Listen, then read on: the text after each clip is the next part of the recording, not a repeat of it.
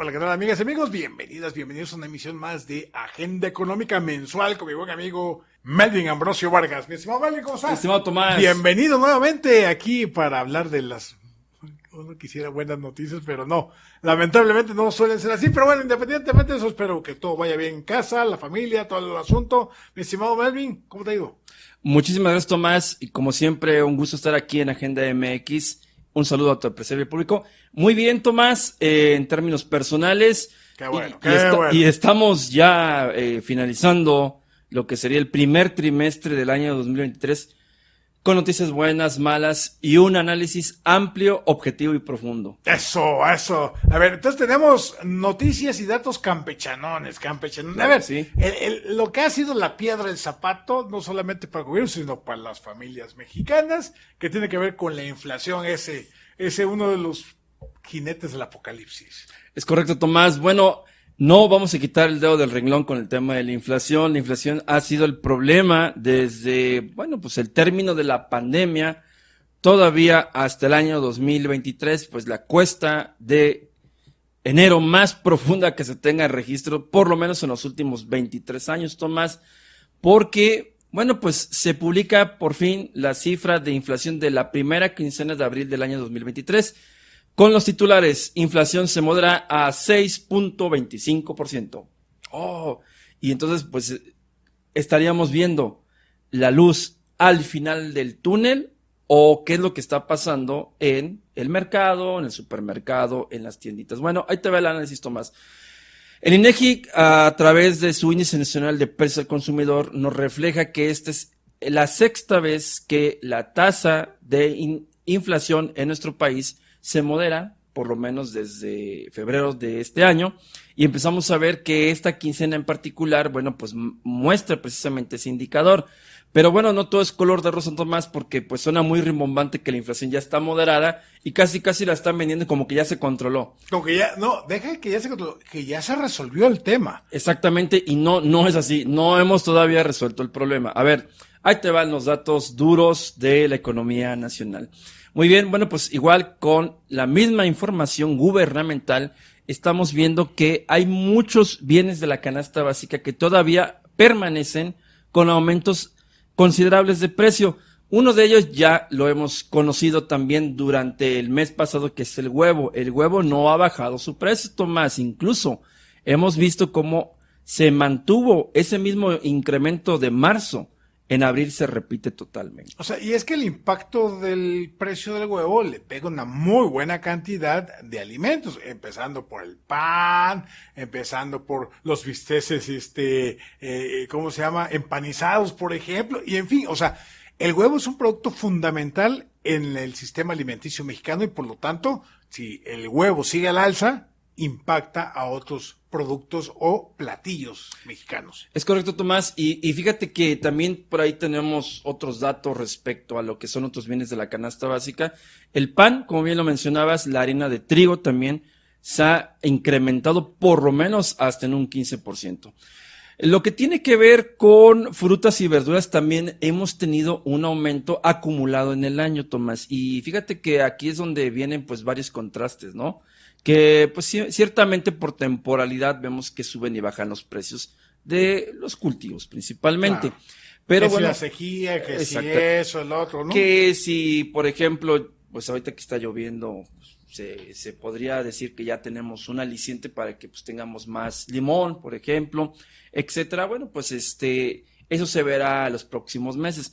Pero hasta el día de hoy seguimos teniendo incremento en el precio de frutas y verduras. Hay algunas verduras que sí bajaron de precio, ahorita vamos a dar el listado, pero otras pues definitivamente no es así. Bueno, relacionado precisamente con las expectativas que tenemos de la inflación para los próximos meses, los analistas pues están advirtiendo que nuevamente la tasa de inflación podría tener otro descenso. Pero volvemos al punto, Tomás. ¿Significa que ya podemos aplaudir y decir, oye, ya se resolvió el problema? La respuesta es no. No se ha resuelto porque esto está todavía relacionado con otro bien de la canasta básica, que es la tortilla. La tortilla tampoco ha bajado de precio, Tomás. Y eso también le afecta a otro tipo de alimentos. Sí, o sea, el huevo por un lado impacta a muchos platillos y la tortilla, pues a todo el platillo que quieras, gustes y mandes, porque al subir el precio de la tortilla o mantenerse alto el precio de la tortilla significa que el maíz sigue alto o la harina de maíz está alta y por lo tanto implica, le pega a las gorditas, a las picadas, a todo. Efectivamente, y fíjate que ahí te va otro dato muy interesante. El precio de los tacos, de las gorditas, de los antojitos, incluso hasta el pollo rostizado se ha incrementado. Y adivina cuántos años ha sido el incremento o desde cuándo no teníamos ese incremento, Tomás. ¿Desde cuándo? ¿Desde cuándo? Pues más o menos coincide con la misma cifra que la inflación. Desde hace 23 años no tenemos el aumento tan alto en tacos, tortas, antojitos y pollo rostizado. A ver, entonces la culpa no es de la doñita que hace antojitos, que ella solita por su cuenta y pistola le esté subiendo, sino porque todo no. está carísimo. Y fíjate, esta nota que también surgió precisamente al cierre del mes de abril es muy interesante, porque dices, bueno, ¿por qué empezamos a ver que los tacos son más caros ahora? Y podemos salir a comprobar este dato precisamente porque muchos mexicanos tienen que comer, ahora sí que de paso. O sea, es nuestra fast food. Así es. O sea, de Mexican fast food son los tacos, ¿no? Ese, en va uno caminando, aquí hay una taquería, aquí me paro y aquí como y ya sigo mi camino. Muy bien, ahí te va la información. Durante la primera quincena de abril, el precio de los antojitos mexicanos como tacos y tortas tuvieron un incremento hasta del 11.75%. El más alto para el mismo periodo en 23 años, pues en el año 2000 se ubicó en 15.02%. Esto con información oficial del INEGI. ¿Qué te parece? No estamos inventando nada, ni el hilo negro ni el agua tibia, sino ahora sí que es la verdad. Son los únicos datos en los que sí confiamos. Y fíjate que, bueno, dices, bueno, ¿por qué está sucediendo este fenómeno? Y ¿por qué le está afectando precisamente a los tacos? Bueno, hay un incremento, por ejemplo, en el precio de la carne de res hasta del 11%. Incremento en la carne de cerdo también hasta de un 15%. Y el maíz, que ya lo habíamos también Y el limón, que va acompañando a los taquitos. definitivamente, pero específicamente en el tema del maíz, que es la tortilla, desde el mes de marzo ya habíamos advertido que el precio de la tortilla no se ha moderado. ¿Dónde está la moderación de la inflación, Tomás? No la hay. Ahí te va la lista que te prometí de las frutas y verduras. Muy bien. A ver, ¿cómo andamos en frutas y verduras? Porque también se especula mucho de que, oye, la inflación ya bajó. A ver, ahí te va.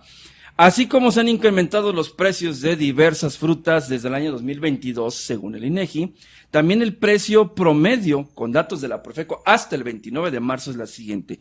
Naranja Valencia, 43%, 23.59 pesos por kilo. Guayaba, 27.5% de incremento. Todos son incrementos, no ha bajado de precio. Wow. Melón, 16.3% de incremento. 32.89 pesos el kilo. Plátano, incremento de 14.4%, 23.77 pesos el kilote. Papaya, incremento de 10.33%, 27.72 pesos el kilo. Sandía, incrementó 8%, el durazno 8%, la piña 7.7%, la pera, ¿le sigo? Santas madres, no, que no Es se una siente. muestra nada más, Tomás. Nada más una pequeña muestra. A ver, nada más hay algo que suele darnos quebradero de cabeza, mi estimado Melvin, porque si bien el dato macroeconómico y el anuncio gubernamental, no solamente este gobierno, sino gobiernos anteriores, siempre suelen ser espectaculares. Ya bajó la inflación, la estamos venciendo, lo estamos controlando. Pero cuando va uno al detalle, cuando va uno al tema de la casa, del mercado y de la calle, pues dice uno, caray, pues entonces, ¿cómo es que baja la inflación? ¿A qué nos referimos, Melvin? Para explicárselo y compartírselo a quienes nos acompañen en cada emisión de Agenda Económica mensual. ¿A qué nos referimos cuando decimos baja la inflación, pero que haces la aclaración aquí de manera pertinente cada mes, que sin embargo hay los productos que consumimos en nuestra vida cotidiana que no han bajado? Entonces, ¿o bajó o no bajó? ¿Cómo está la jugada? Muy bien, a ver, la inflación se explica de una forma muy sencilla del siguiente modo. La inflación es el alza generalizada de los precios. Todos los bienes de la canasta básica fluctúan, unos más, otros menos. Los más volátiles se sacan del indicador y obtenemos algo llamado inflación subyacente e inflación no subyacente. ¿Cuál es la que ha subido más? Pues la que tiene que ver con las mercancías, así de sencillo. Ahora bien, cuando yo reviso de estos productos de la canasta básica, ¿cuáles son los que más han subido de precio? Pues encuentro la proteína, que es precisamente la carne de pollo, la carne de res y la carne de puerco. Pues ya ahí le estás pegando pues, al 50% de lo que Claro. consume un mexicano diariamente en valor proteico. Y si le sumamos el huevo, pues, ahí tenemos otro porcentaje más. Tortilla y también pues algunas frutas y verduras. ¿Qué fue lo que bajó de precio? En esta quincena en particular, lo que ha bajado de precio es la electricidad, el gas LP, tampoco ha bajado mucho, pero bueno, está en el indicador oficial, ahí lo puede buscar también en la Profeco y en los datos del INEGI. El chile serrano, las calabacitas, o sea, algunos productos sí han bajado de precio realmente, pero otros se mantienen. Han tenido una variación por debajo del 10% en términos generales y de ahí toman el dato precisamente para decir que la inflación se moderó más de lo esperado y sorprende a los analistas y economistas. Y bueno, pues sí, el dato es sorprendente, pero no es contundente, ya que la inflación acumulada, que esa es otra cosa de la que no se platica y que lo puedan entender, es precisamente que si ya le incrementaron el peso al litro de leche, no lo van a bajar. Sí, claro. A ver, así, eso es lo que al punto en el que vamos.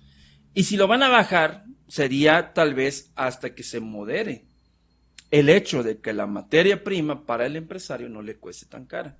Entonces, que no es solamente, en este caso específico del ejemplo de la leche, no solamente es la leche producto de la vaca, sino claro, la leche, la energía eléctrica, los alimentos para las vacas, el forraje, exactamente. bla, bla, o sea, toda la cadena productiva para que tengamos en la alacena nuestro bote de leche. Así es, Tomás. Entonces, ese fenómeno que está pasando con la leche y que también puede pasar con los productos derivados de la leche, como el queso, y te va simplemente a precios promedio en el mercado, Tomás. Pueden ir al supermercado y comprobarlo. En su precio de supermercado versus precio local. Consuma local. Digo, no es que no consuma el supermercado, sino hago un análisis. 1 kilo de queso panela en supermercado está en 180 pesos, Tomás. Una la nota. Y dices, bueno, Para la dieta, ahí se jode la dieta. 400 gramos de queso panela en supermercado está en 50 pesos. Si tú lo compras por fuera del supermercado, tal vez en mercadito y demás, te baja hasta 30 y 40 pesos. Pero fíjate, Tomás, estamos ya una diferencia bastante contundente de que si esa misma materia prima llamada queso panela, que es reducido en sal y que tiene muchas propiedades y que muchas familias mexicanas lo están consumiendo actualmente, porque es una realidad, es muy caro comprarse 1 kilo al día de hoy. Sí, claro. O sea, realmente es caro, 180 pesos. Dices, ¿cuánto? No está prohibitivo el asunto. Es un tanto restrictivo para la curva del presupuesto de las familias. ¿Quiénes son las mejores economistas? Las amas de casa. Porque tienen que hacer rendir un presupuesto que es un sueldo, porque no todo el mundo puede tener ingresos extraordinarios, sino que estamos bajo el auspicio del salario mínimo, que acuérdate que tuvo un incremento. Sí. Oye, Bartola, te dejo esos 3 pesos, ¿no? Así es, Tomás. Entonces, ese es el tema de la inflación. A ver, conclusión de ese análisis. La inflación muestra una moderación al cierre del mes de abril, donde se publica en la primera quincena que bajó a 6.24%. Pero los precios en general, y hablo de los alimenticios, no han tenido una reducción real porque viene el efecto acumulado. Alguien le incrementó 1, 2, 3 pesos, no los va a bajar luego. Ok, entonces, ahora sí que a río revuelto, ganancia de pescadores le hace ganancia de indicadores de inflación, que ese se contuvo a la baja un poquito, pero en el universo de mercancías, insumos, servicios, bla, bla, bla. Pero cuando acercamos la lupa a los alimentos, que es lo del día a día, ahí los incrementos siguen a la orden del día. Y si yo quisiera escapar para poder consumir alimentos que sean sustitutos, como un pollo rostizado, Tomás, con un pollo rostizado como en la familia, pues que crean el incremento es hasta del 11.75% un pollito rostizado. Así que pues vaya echándole cuentas. Miércoles al 2x1, ¿cómo es? Y costillita gratis. Eso. Aprovechen los miércoles porque toda la semana está caro. Exactamente. Oye, y en términos de crecimiento económico, ¿cómo vamos? Porque ese es el otro coco que hemos estado dándole seguimiento aquí contigo, mi estimado Melvin, tanto en tus cápsulas de agenda económica semanal como en el análisis mensual. ¿Cómo vamos en cuanto a crecimiento?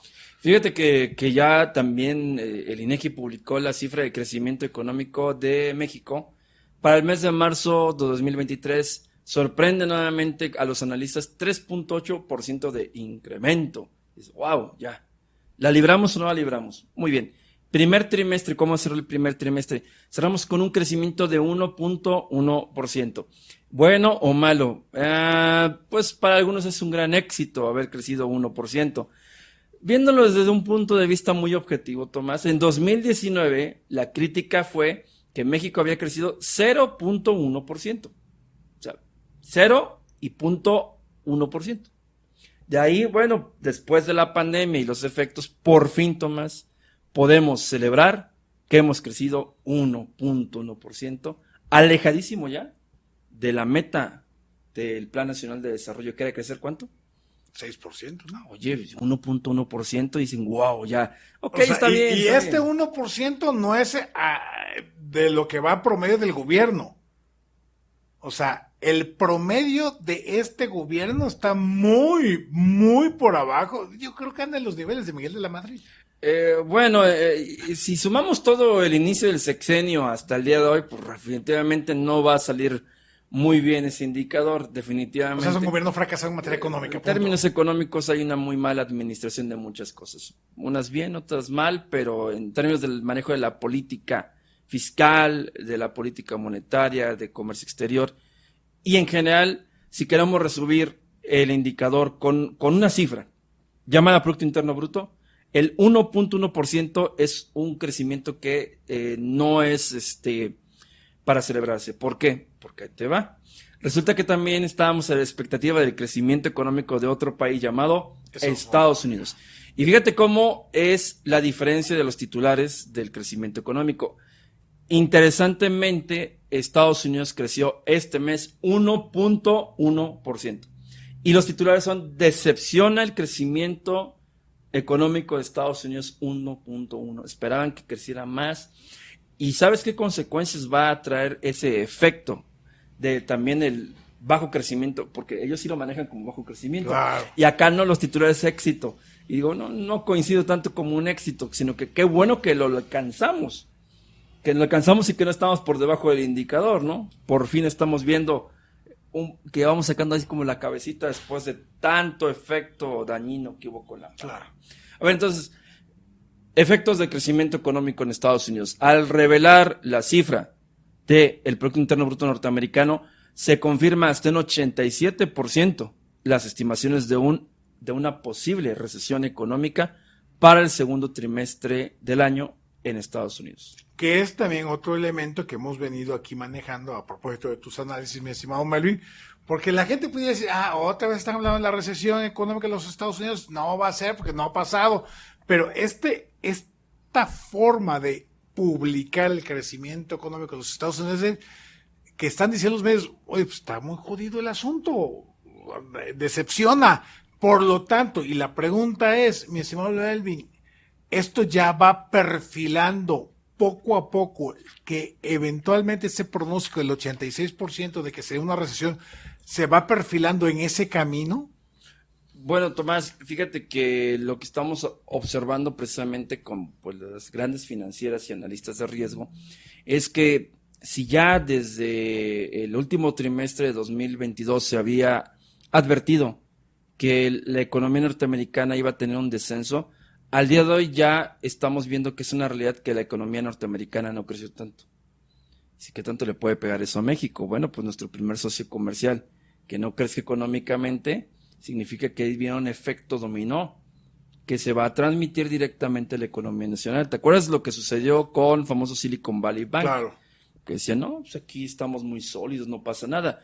Ahora vamos a ver si efectivamente la solidez de la economía nacional está preparada para una recesión norteamericana. A ver, porque la gente pudiera pensar ahí en su casa, en su gadget, en su celular, en su tableta o en su compu, ¿qué tiene que ver una eventual recesión en los Estados Unidos con el crecimiento económico, como nos quieren vender aquí en nuestro país? A ver, ¿cómo conectamos en el análisis, mi estimado Melvin, que si a Estados Unidos cae en recesión, cómo conectamos que a México nos pueda ir mal también?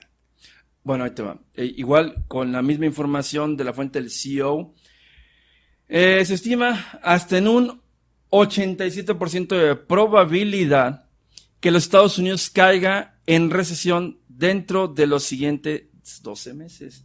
O sea que el próximo trimestre muy probablemente se va a dar el efecto de la recesión, que ya se había estado advirtiendo con mucha antelación y que ahora ya es una realidad por la cifra que se acaba de revelar. Dice, de hecho, la probabilidad de recesión ha ido en aumento. Ha alcanzado su punto máximo en abril al subir 21.3 puntos porcentuales respecto a la estimación de marzo y 44.2 puntos porcentuales respecto a la probabilidad estimada del 2022. Y cerramos con esto. El aumento del 1.1% del PIB de Estados Unidos se ubicó por debajo, fíjate, de las expectativas de los mercados, que prevén un crecimiento del 2%. O sea, la economía norteamericana no creció al nivel que ellos mismos habían establecido. Por tal motivo, los aumentos en el gasto del consumidor, las exportaciones, el gasto del gobierno federal, el gasto del gobierno estatal y local y la inversión fija no residencial fueron compensados en parte por la disminución privada de inventarios y de inversión fija residencial. Y esto acaba de tumbar a los precios del petróleo. Hay gran especulación, Tomás, de que en Estados Unidos se dé la recesión económica y muchos ya están empezando a construir escenarios de cómo le va a afectar esto principalmente a una de las economías más poderosas del mundo, que va a entrar en un proceso de elecciones. Claro. Oye, y es que, a ver, si se va paralizando la economía de los Estados Unidos, significa en casa que van a comprar menos. Correcto. Y si compran menos, también van a comprar menos productos mexicanos. Sí, también. Y si compran menos productos mexicanos, pues obviamente nuestros niveles de exportación seguramente se van a ver tocados respecto a esa recesión en los Estados Unidos. Y además, esta caída del precio del petróleo, pues también nos va a tocar nuestros ingresos petroleros, mi estimado Melvin, y eso va a hacer que el auge que estaba teniendo el precio del petróleo en nuestro país, pues los ingresos petroleros de las finanzas públicas del gobierno vayan a la baja. Fíjate que aquí ya pone en serios aprietos a los precriterios de política económica, donde estimaban un precio alto del barril de petróleo, porque hay mucha especulación al respecto. Y fíjate que hay otra variable más que no hay que olvidar que le va a afectar precisamente a la nación, las remesas.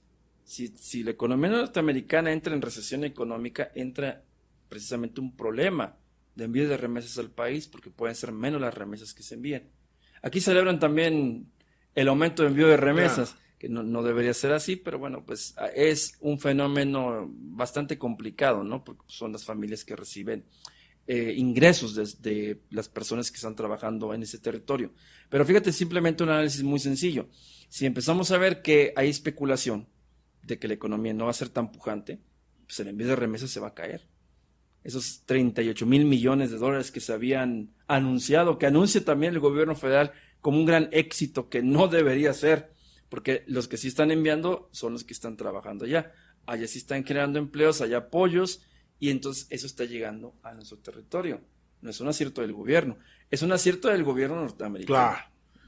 Y de los mexicanos que están enviando el dinero. Oye, ahorita se me viene a la mente, porque otro de los grandes cocos económicos de este país son los gasolinazos.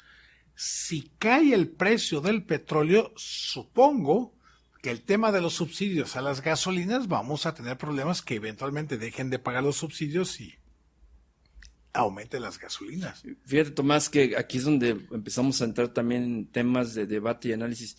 La gasolina de bajo octanaje se ha mantenido en un precio promedio en el país de 22 pesos por litro. Nos dijeron que 10. Bueno, y la premium está en 24. Y tú dices, ¿dónde está el descenso del precio de la gasolina? Es que no hay gasolinazo, no hay incrementos en términos reales. Sí, pero está 2 pesos más cara. Así de sencillo. En tan solo, bueno, lo que llevamos un trimestre del año, se ha incrementado así como le subimos 2 pesos al kilo de tortillas, pues le vamos a subir 2 pesitos a la gasolina. ¿Qué crees, Tomás? Al día de hoy, siendo pues el final de mes de abril, es más barato $1 que un kilo de tortillas en mi país. Está en 17,99 un O dólar. sea que ese es con el único manto con el que se cubren sus deficiencias económicas. Es que el dólar. Y Bueno, pues ahí es donde empezamos a expiar culpas y revisar que un kilo de tortillas en promedio está en 20 pesos, Tomás, ¿sí? O en 19 o en 18. Y hoy un dólar está en 17,99, superpeso. que tampoco es un éxito de Bueno, este pues, gobierno, no, pero bueno. definitivamente, no, pues en términos macroeconómicos, Tomás, lo que queremos es realmente que el peso baje, no 1 o 2 pesos, sino que baje 5 y no va a suceder, porque los analistas nos están advirtiendo que muy probablemente el tipo de cambio cierre en 19 pesos. Entonces, como ya lo habíamos advertido muchas veces en este foro de análisis, es una borrachera macroeconómica de datos y algunos bastante interesantes porque nos dicen, bueno, entonces ya se resolvió el problema.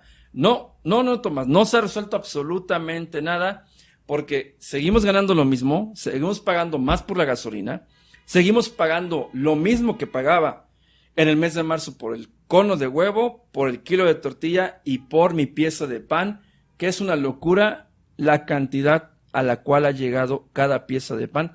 De 1 peso hasta 2 pesos con 50 centavos un bolillito. Que era el gran remedio, bolillito, frijolitos y quesito. Híjole, Y y ya con queso eso. panela caro. No, pues así no se puede. Oye, Melvin, un tema que por supuesto nos pone ahí alertas en términos de, hace rato mencionabas el tema de las mujeres. Ah, muy bien. Un producto clásico, digo, ¿a quién no lo han regañado porque pierdes el topper? Regresas sin la tapa. La abuelita y la mamá, Tu no, mamá te no, regaña. no, ya, ¿cómo? Tupperware, ¿qué pasó con Tupperware, la empresa? Tupperware, la delicia de las amas de casa con sus famosas fiestas Tupperware, el alivio de los godines Claro. con sus alimentos y el microondas. Y bueno, exactamente como bien nos mencionabas, Tomás, pues no te metas, te puedes meter con cualquier cosa menos perder los toppers a tu mamá. Entonces, Tupperware, una empresa de origen norteamericana creada en 1946 por Earl Tupper. Él fue un ingeniero científico que trabajó para la empresa DuPont de Nemours, una empresa que se dedica a producir pinturas. Y creó un sistema muy, muy interesante que es el cerrado al vacío, que no es otra cosa más que crear un recipiente de material plástico que cierre herméticamente tal y como cerraban las tapas de pintura. Ese avance lo que provocó es que los alimentos conservaran más frescura y pudieran durar más tiempo, tal vez en un refrigerador. Ahora bien, ese material se llama polietileno. El polietileno es un derivado del petróleo, pero era una sustancia bastante dura que pues no tenía un uso comercial. Bueno, este científico Earl Tupper lo que creó fue un plástico bastante moldeable, porque estaba en una época de guerra, estamos hablando de 1946, y pues todo lo que era plástico se ocupaban precisamente para la industria militar. Entonces, al crear un sustituto del plástico, que es este polietileno, bueno, pues genera grandes beneficios, y ahí es la historia de Tupperware. ¿Hasta ahí vamos bien con la historia? Hasta ahí Muy vamos. bien. ¿Qué es lo que brevario cultural, contexto, como dirían las nuevas generaciones. Exacto. Dame contexto, muy bien. Ahí te va más contexto. Vamos a poner hace 30 años, Tomás. ¿Te acuerdas cuando las vecinas te invitaban? Oye, hay reunión aquí en la casa de fulanita de tal, y que les vamos a hacer una plática. Ya llegabas a la plática y te sacaban ahí una cantidad de recipientes de plástico. Miren, acaba de llegar esta colección de vasos, de jarras, ya sabes, ¿no? Sí. Y recipientes de toppers y demás, ¿sabes? Vamos a hacer una rifa y te ganabas incluso hasta plásticos, ¿no? Sí, y creo que mi mamá le regalaron un ventilador, por Ándale. cierto, por sus ventas. Es correcto. Entonces, fíjate que acabas de tocar un tema muy interesante, se llaman ventas por catálogo. Claro. Oye, ¿de qué tamaño son las ventas por catálogo en México? Bueno, ahí está la historia de Tupperware. Ahorita vamos a platicar precisamente de las ventas por catálogo. ¿Qué le pasó a Tupperware? Muy bien. Fíjate que entrando a la tercera semana del mes de abril, terminando la quincena, se anuncia que Tupperware empieza a tener problemas de bancarrota, porque el precio de sus acciones se cayó hasta en $1.50 por acción. O sea, una empresa que en el año 2020, durante la pandemia, había incrementado sus ventas, porque pues todo el mundo estaba en sus casas, entonces todo el mundo empezó a comprar en línea, y esta empresa pues, empezó a vender muchísimo, Tomás, pero pidieron unos préstamos, y ¿qué crees? Al día de hoy, 2023, pues la empresa ya está a un pasito ya de estar completamente en quiebra, y adiós anhelos, y adiós recuerdos de estas personas que, bueno, pues compraban sus toppers y ahora ya va a ser un objeto de colección. De Tomás. colección. ¿Te imaginas? No, si nada más por el hecho que le perdías la tapa en tiempo normal, era un broncononón, un familiar, casi te desheredan. Ahora imagínate que son de colección prácticamente. Oye, pero a ver, nada más para redondear ahí la idea. Sí. En términos empresariales, para aquellas y aquellos que hoy están tratando de emprender una empresa, si las ventas de Tupperware iban a la alza en el arranque de la pandemia 2020, yo quiero pensar que dijeron, caray, pues necesitamos solvencia financiera para poder soportar y darle respaldo a este crecimiento y poder abastecer el apetito del mercado por Tupperware. ¿Es correcto? ¿No? Hasta ahí todo va bien. El asunto, y es por lo cual siempre también le hemos dado un buen seguimiento al tema del aumento de las tasas de interés, mi estimado Malvin, cómo relacionar justamente el aumento de las tasas de interés con la solicitud de préstamos por parte de Tupperware y además la eventual quiebra de Tupperware. Es ese triángulo maldito, cómo relacionarlo para que nos vaya quedando claro. Fíjate que volvemos nuevamente a los temores de la recesión económica. Tupperware es una de varias empresas en Estados Unidos que están entrando en problemas ya de crisis técnica a un punto del colapso de cerrar. Y número uno, pues como lo bien lo acabas de tocar, es las tasas de interés. Al seguir incrementando las tasas de interés y hacer el dinero más caro para controlar la inflación que sí se ha mitigado en Estados Unidos, pues lo primero que le afecta es a la cuestión del crédito, ¿sí? O a los bonos Claro. gubernamentales. Tupperware es un cóctel de muchas situaciones. Uno, pues sí, las tasas de interés por préstamos que había pedido y sus acreedores pues inmediatamente le están exigiendo los pagos. Dos, un modelo agotado, un modelo de venta que fue muy popular en los años 80, 90 y todavía hasta los 2000. Ahora ya todo es por comercio electrónico. Hay un posible comprador de Tupperware y se llama Amazon. Entonces, imagínate, una de las empresas que más factura online es uno de los candidatos a comprar Tupperware. ¿Quién es el CEO de Tupperware? Curiosamente es un mexicano. Se llama Miguel Fernández, que hizo una declaración. La compañía está haciendo todo lo que está en sus manos para mitigar los impactos de los acontecimientos recientes y estamos tomando medidas inmediatas para buscar financiamiento adicional y hacer frente a nuestra posición financiera. Este hombre, Miguel Fernández, también fue CEO de Avon México. Digo, interesante, o sea, subió. O sea, empresas de multinivel, exitosas, cada sí, una en su rubro, sí, ¿no? definitivamente. Como dices, pasó de Avon a Tupperware, una empresa icónica mundial. No, este cuate, pues, al inicio hizo muy buen trabajo, de hecho, cuando obtuvo ese puesto. A ver, ¿de qué tamaño estamos hablando de las ventas por catálogo en México? Digo, ya que hablamos del sector femenino. Ahí te van los datos duros nuevamente, con información de Kantar, que es precisamente la consultora que se dedica a medir esos datos, principalmente. Fíjate que al final del año 2022 se publicó lo siguiente. Principales productos de venta por catálogo en México. Perfumes. Más de 25 millones de unidades al año. Por si alguien tenía dudas de que las ventas por catálogo estaban extintas, o mentira, las ventas por catálogo sigue siendo una de las vías de posicionamiento de productos para las amas de casa para obtener un ingreso extra. Claro. Definitivamente. De acuerdo a la Cámara Nacional de la Industria de Productos Cosméticos y la Asociación Nacional de la Industria de Productos de Cuidado Personal y el Hogar, las ventas directas tuvieron tan solo en 2022 un crecimiento del 14.7%. O sea, no las tumbó el COVID. Venta directa, es decir, que ¿cuántas personas dependen de vender por catálogo en México? 4 millones de mexicanas. Y ese es un dato que yo siento que está muy subvaluado, sí, ¿no? muy desestimado. Yo creo que la cifra es mucho más grande. Oye, lo que significa, a ver, nada más, antes de que me des otros datos, Melvin, que toda empresa que tenga productos, sí, que bueno, la venta en línea es una parte, pero la otra es catálogo y face to face. O sea, sigue teniendo éxito esa parte de la venta face to face, mi estimado Melvin. Digo, no desestimo, por supuesto, el tema digital, porque pues obviamente así nos estamos moviendo en muchos sentidos, pero el face to face, el casa en casa, las amistades, el llevar, mira el catálogo, te lo dejo, paso mañana, a ver qué me pide, sigue funcionando.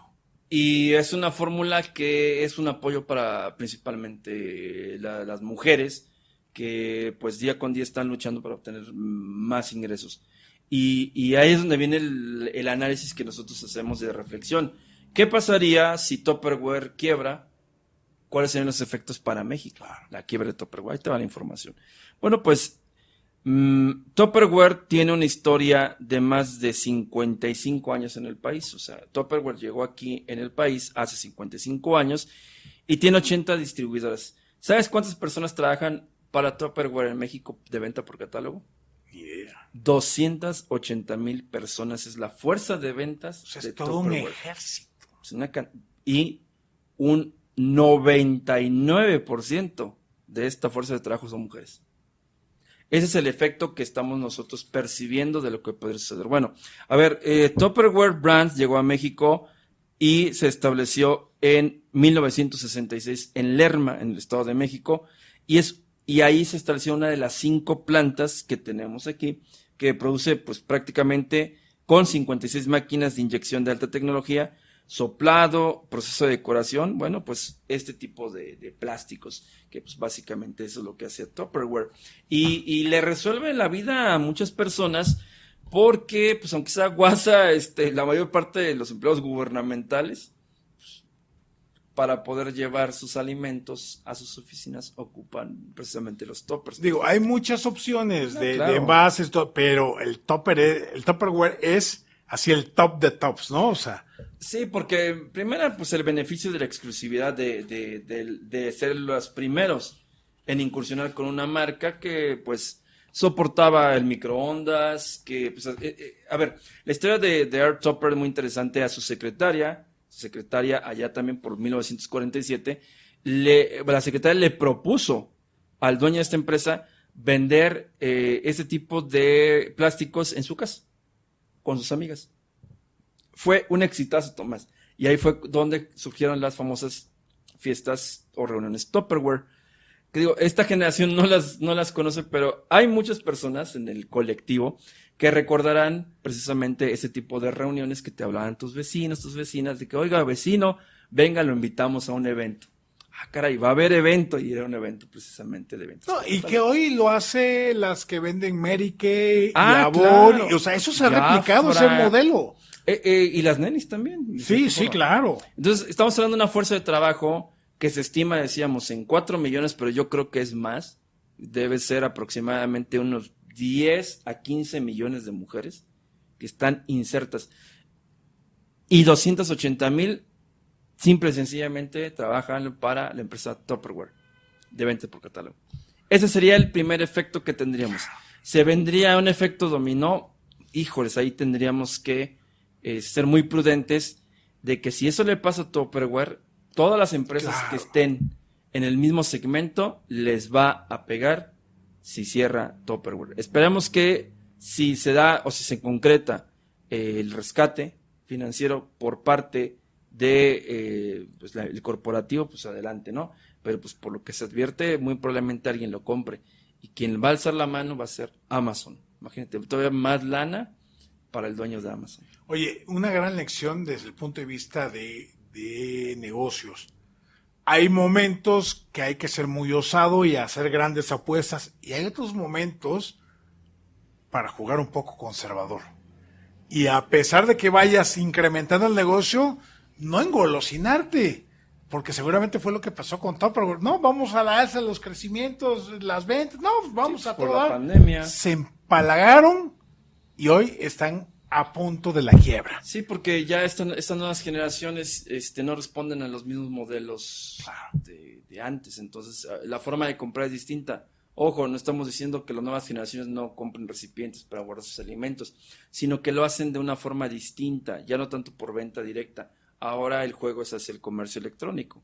Por tal motivo, empresas como Amazon pues, alzan la mano y dicen, no te preocupes, te absorbemos y ahora vamos a vender en este mega catálogo sí, de Amazon, que es un fenómeno también impresionante ese, Tomás, del crecimiento tan exponencial que tienen estas plataformas multicategoría. En México venden más Mercado Libre que Amazon, sí. Pero digamos que de los tops es Amazon. Ya no hablemos de las otras como Shein y todas etcétera. Etcétera. Oye, pero yo creo que nada más como última reflexión al respecto, decirle a las mujeres, Melvin, que están metidas en la venta de Tupperware, que hay vida después del Tupperware. O sea, el conocimiento que tienen, el know-how que tienen de venta, es aplicable ese modelo a cualquier otro producto en el sentido de face to face, de catálogo, de reuniones, porque ya tienen un mercado cautivo que son las clientes que han venido teniendo desde hace 5, 10, 15 o hasta 20 años, ¿no? Además se mueven más productos por venta por catálogo que en línea.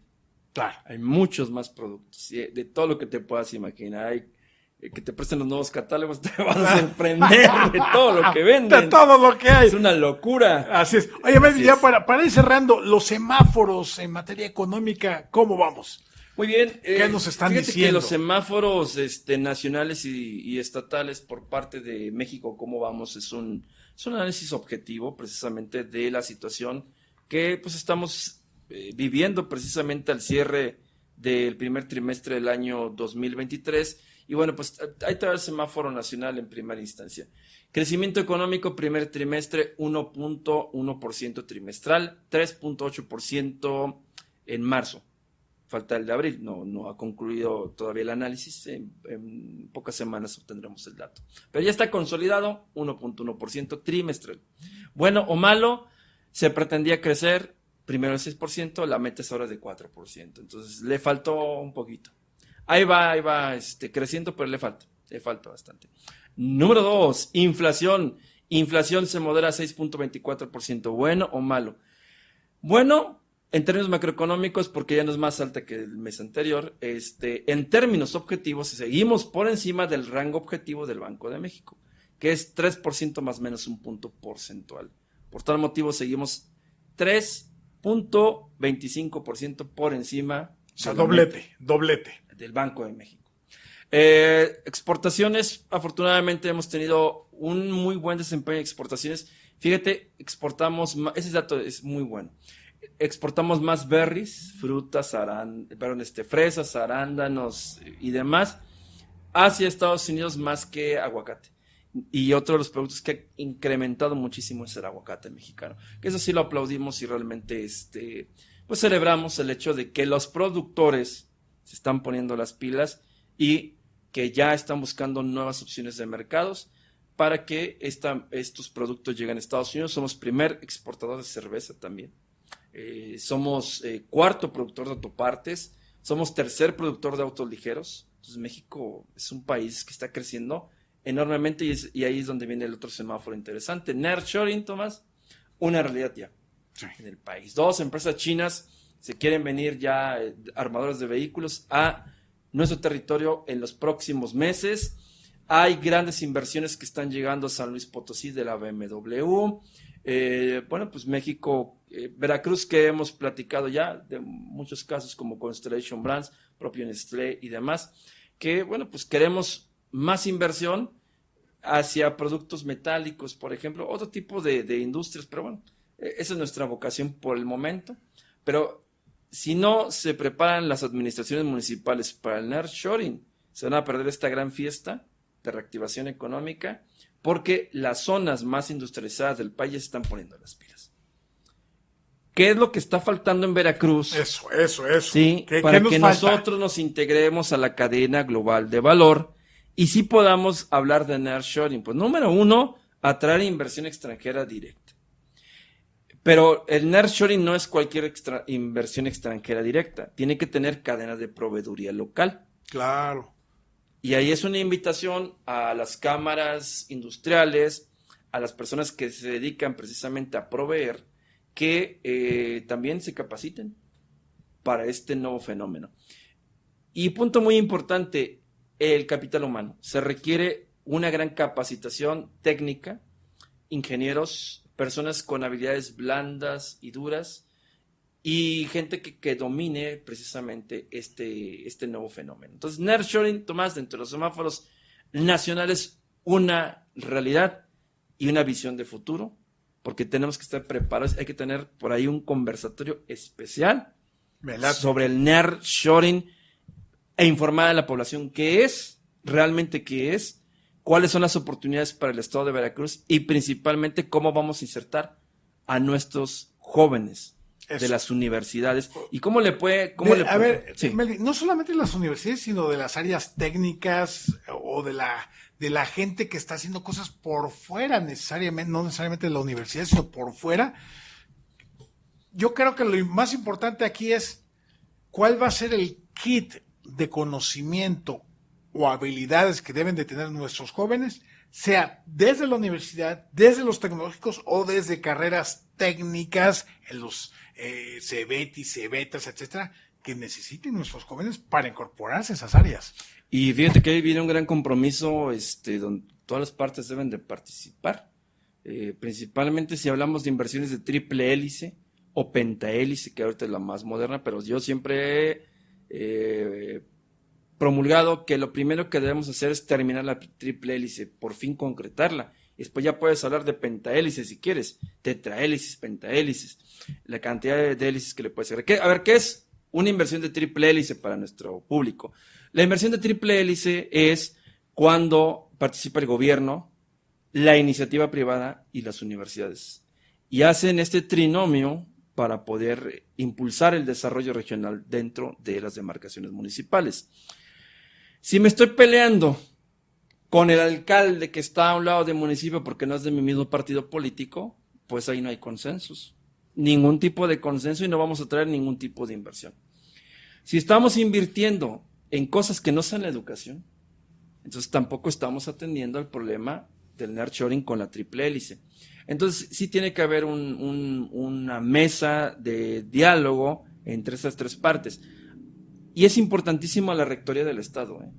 Si el Estado no tiene una visión de hacia dónde vamos a enfocar los esfuerzos para que tantos egresados obtengan un empleo bien remunerado, pero no solamente fíjate que es el tema del dinero, sino de que puedan ejercer muchas de las herramientas que tienen que aprender. Claro. Y si sigue habiendo una desconexión de las universidades con la práctica real, es decir, que no hay una vinculación de la industria con la formación universitaria, técnica y demás, vamos a seguir hablando del nearshoring, pero allá. Lo que pasa en allá. Querétaro, en San Luis Potosí, el nearshoring en Monterrey. En Jalisco. Exactamente, pero nunca en el estado de Veracruz, porque está rota esa cadena, esa desconexión, porque la parte gubernamental está peleada con la universidad porque no cuadran sus ideas políticas, de presupuestos y de ideologías. Entonces, por ahí no va la cosa. Y luego, por un lado, empiezan a atacar a los empresarios. Pues peor tantito. Peor tantito. Entonces, queremos que existan inversiones de triple hélice hacia el futuro en el estado de Veracruz. El tema es bastante amplio. Habrá tiempo para debatirlo. Ese es México. Mi estimado Melvin, ¿con qué cerramos rápidamente? El indicador del semáforo del estado de Veracruz. Ahí te van los datos. ¿Cómo está el estado de Veracruz? Ay, asústame. Crecimiento económico el cuarto trimestre de 2022 menos 1.6%. La meta era crecer 4.5% anual. Empleos formales generados acumulados 3.802 en el mes de marzo de 2023. La meta era crear 16,875, pues bastante alejados de la meta. Productividad de 118 pesos a 119 pesos, aumentamos un peso en la productividad laboral. Ahora vamos a trabajar 2 días menos, según la última reforma, ¿no? Ok, pobreza laboral estamos en 50.9%, es decir, 50.9% de la población del estado de Veracruz no puede comprar la canasta básica. Terrible eso. La informalidad se mantiene en 60.6% en Veracruz, todos estos datos son del estado. Deuda pública, pues mantenemos en 2.6%, se sigue renegociando. Calificaciones muy buenas de las grandes consultoras. ¿Cuántos años vamos a pagar esa deuda? Está buena la calificación y lo aplaudo. Le pongo una palomita, pero ¿cuántos años vamos a pagar? Pero seguimos reventados. Desigualdad laboral, igual se mantiene la meta de reducir la desigualdad en ingreso laboral. Y bueno, pues esos son los datos a nivel estatal, Tomás. La inflación, pues, en el mes de abril se moderó también. Seguimos todavía por encima de la media nacional. No, pues mal y de malas en Veracruz. ¿Cómo ves el diagnóstico del estado, del país? Bueno, eso es lo que está pasando. Datos que ustedes pueden comprobar porque son fuentes oficiales, medios serios reconocidos y portales de analistas de muy buen nivel que pues nos dan estas cifras. Estimado Melvin, Tomás, siempre, un gusto enorme platicar contigo, aunque sean malas noticias. Amigas y amigos, aquí está la información y el análisis económico con Melvin Ambrosio Vargas, nuestro analista económico. Soy Tomás González Corro. Saludos.